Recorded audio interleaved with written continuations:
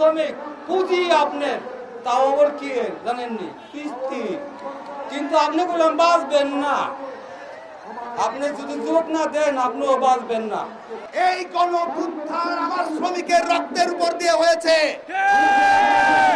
আমাদের 24 জন রিকশা ভাই শ্রমিক শহীদ হয়েছেন। শেখ হাসিনার পতন, সেই পতনে আমার দেশের এই রিকশা চালকরা এখন পর্যন্ত 24 জনের সন্ধান আমরা পেয়েছি। যারা এই জন্য আমি এই কথাটা কইলাম, একটা চেন বাই চেন কমান আছে। আপনার টাকা দেন বাজার আলাদা, বাজার আলাদা, পাইকারি আলাদা, পাইকারি দেহারে সবারই সমস্যা।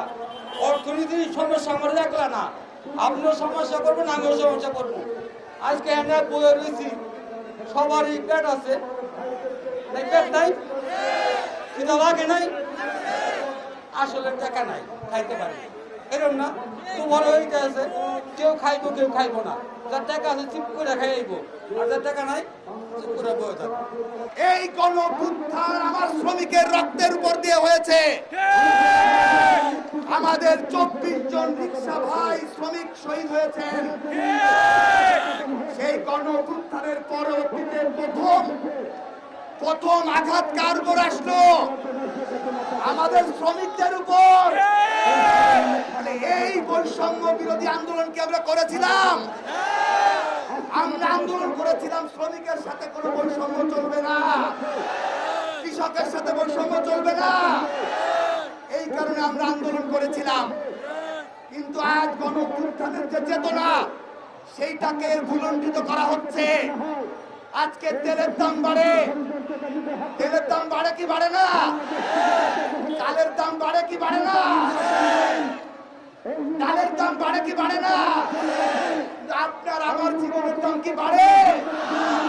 আপনার আমার জীবনের দাম আর আপনার আমার আয় প্রতিদিন কমতে থাকে। এই মুহূর্তে কিছুদিন আগ পর্যন্ত ছিল পুলিশের চাঁদাবাজি, কাঠ বাণিজ্য। আমরা এইগুলোকে ঢাকা শহরে আর ঢুকতে দিব না। ঢাকা শহরে কি আর কাঠ বাণিজ্য চলবে? এই শহীদ হয়েছে, শহীদ হয়েছে।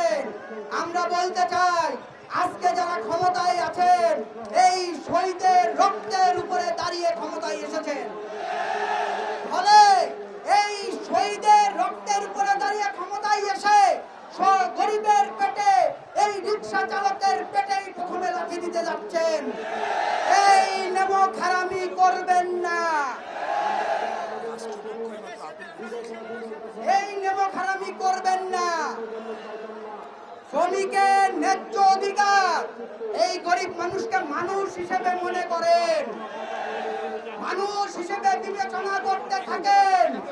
আমরা গরিব হতে পারি, কিন্তু আমরা রিকশা চালকরাও এই দেশের নাগরিক, আমরা মানুষ। এই মানুষের মর্যাদা আমাদের রিকশা চালক